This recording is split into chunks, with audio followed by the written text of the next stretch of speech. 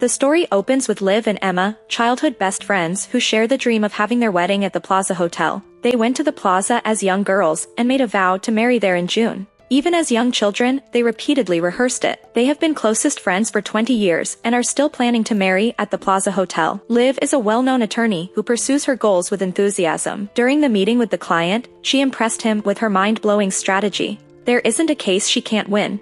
Emma is now a primary school teacher, but coworkers constantly ridicule her because of her mild demeanor. No matter how unkind other people are to her, she still has a frightened smile and lacks the strength to refuse them. You know why she does this? You crack under pressure. Let's cut back to Liv's home. Liv gift Emma a dress that she desired to purchase last week when they visited the mall. Liv always takes care of her as a good friend. As Liv grabs clothes from the cabinet, a present bundle tumbles out. Both stunning ladies conclude that Liv's boyfriend will propose to her. Liv is eager to open the present box, but Emma advises her not to, so she resolves to keep it that way. On the way to the club, Emma urges Liv to keep it a secret until the man proposes to her. However, Liv does the opposite. Liv is one of those people who can't keep secrets or maintain emotional control. While the girls are having a nice time, Liv's brother shows up, and Liv informs him of the good news. He expresses his congratulations to her. Liv becomes sad at that point because she wants to share the fantastic news with her parents, but she lost them years ago. Emma, like a wonderful friend, provides moral support. After that, Emma returned home, and her boyfriend stunned her by proposing to her. Emma immediately contacts Liv to tell her the fantastic news, and Liv congratulates her. The following day, while jogging, Emma displayed her ring to her and informed her she had already scheduled an appointment to reserve the luxurious Plaza Hotel for her wedding. Liv was motivated to win the race after hearing that awful news. She immediately headed to her boyfriend's workplace and proposed to him there. If you had just waited until tonight... She'd spoiled his great surprise. Daniel stated that he had no intention of proposing to her in this manner. Our lovely future brides pay a visit to acclaimed wedding planner Marion St. Clair in Manhattan that afternoon. Marion has 3 opening dates in June, on the 6th and 27th of June. Liv takes the first option because she is determined to win the race first, whereas Emma selects the second.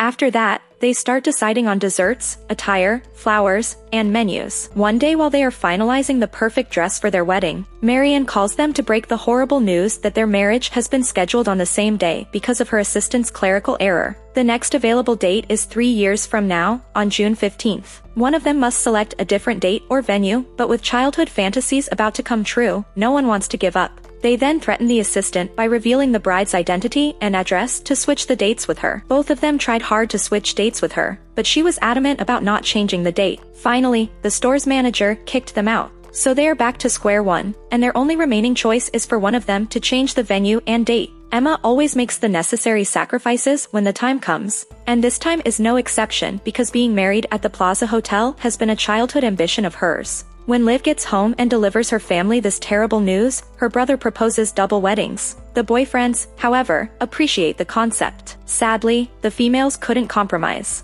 Emma stated that she has been saving for this since she was 16 years old. Furthermore, she has shared everything in her life with Liv and is unable to share her wedding day. Instead of attempting to resolve the conflict among the girls, Fletcher fuels the fire, escalating it. It's Liv. She's always thinking about number one. Not this time.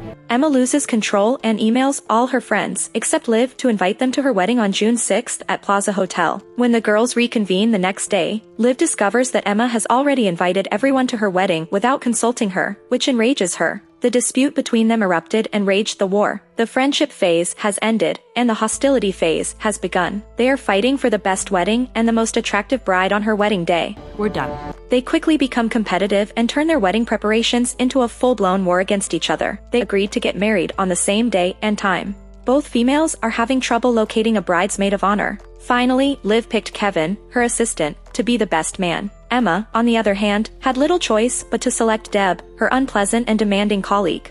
During the wedding planner meeting, Liv finds the opportunity to peek into Emma's dossier and learn about her event timeline. Liv knew that Emma was a skilled dancer and that her performance would surpass her own. Liv's assistant Kevin comes up with a plan to tamper with their dancing training. So they request a time change and send someone disguised as Ricky Koo. He gave them a life-changing dance lesson. When the actual Ricky Koo arrived, the charming pair realized it was Liv's doing. There is no way I'm letting her get away with that. Good. Emma begins shipping Liv chocolates and cookies daily under the name of Liv's fiancé Daniel to settle her account. Within a few days, dessert magic works pretty effectively. When she realized she was no longer able to wear a wedding gown, she raged at Daniel angrily for giving her chocolates every day. I didn't send you any of that. She later discovered that Emma had purposefully fed her chocolates. After discovering this, she can't just sit by and let it happen, so she visits the salon and tampers with Emma's body spray, turning her skin orange in the process. That's pretty embarrassing, causing her coworker to mock her. You look like a traffic cone. Emma couldn't stand public humiliation, so she exacted her vengeance by taming Liv's color,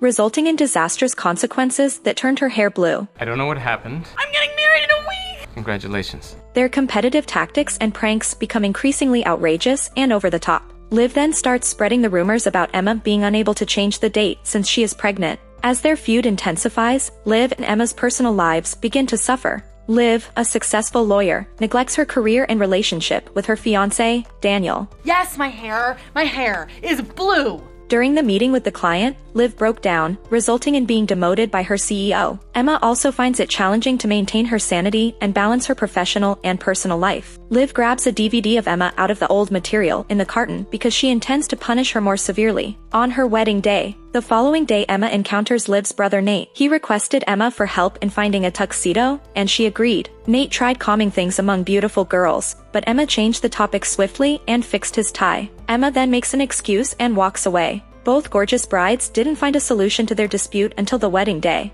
Finally, the wedding is taking place. Both stunning brides are getting ready in their own separate chambers. It was also tricky for Marion, who had to simultaneously prepare for two unpredictable rival brides' weddings. At any time, anything can happen. Their friends had it even tougher because they had to attend two weddings simultaneously, while also ensuring they didn't forget anyone before the wedding. Meanwhile, Emma's father, Mr. Allen, arrives to congratulate Liv and give his blessing as Mr. Allen and Liv's father were longtime friends. Due to the fact that Liv's parents are no longer alive, he chooses to bestow his blessing on Liv first. Mr. Allen's kind words melt Liv's heart, and she feels awful and decides to abandon the DVD prank out of guilt. Liv immediately orders her assistant Kevin to swap the DVD to make things right. Kevin did the opposite and threw the DVD in the lobby flower vessel. You'll thank me one day. When Emma's parents arrive, they embrace of her. Father hands her a box of mementos from her youth, which includes a stunning blue hair clip. He then applied it to her hair. Marion enters at that point and advises them that it is time to enter the banquet hall.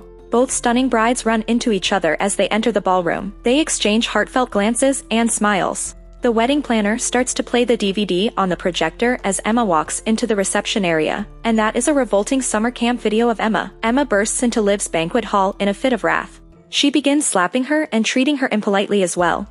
The guests were stunned, but no one dared to intervene. You just ruined our wedding. You happy now? He starts lecturing her rather than siding with her. Emma then understands Fletcher isn't the one she should spend the rest of her life with. Emma makes a choice, ends their 10-year relationship, and says farewell with an embrace. Liv felt bad for her and apologized to Emma right away. She has no idea how her mocking may affect Emma's wedding. Liv also receives an apology from Emma, and they embrace each other. Reset, people. Emma becomes Liv's bridesmaid and accompanies her to wrap up this ideal nuptial. They learn valuable lessons about forgiving others, making concessions, and prioritizing relationships over selfish goals.